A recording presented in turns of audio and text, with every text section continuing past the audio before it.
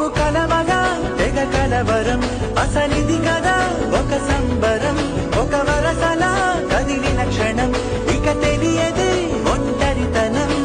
ఎన్నాళ్ళ కోరాలు కన్నోళ్ళిలా వస్తూనే పోయాయి కన్నీళ్ళిలా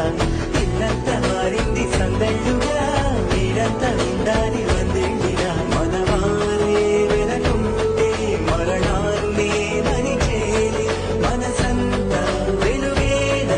ఇక చీకటెళ్ళింది తెల్లారి నవ్వుతోనే 10 మంది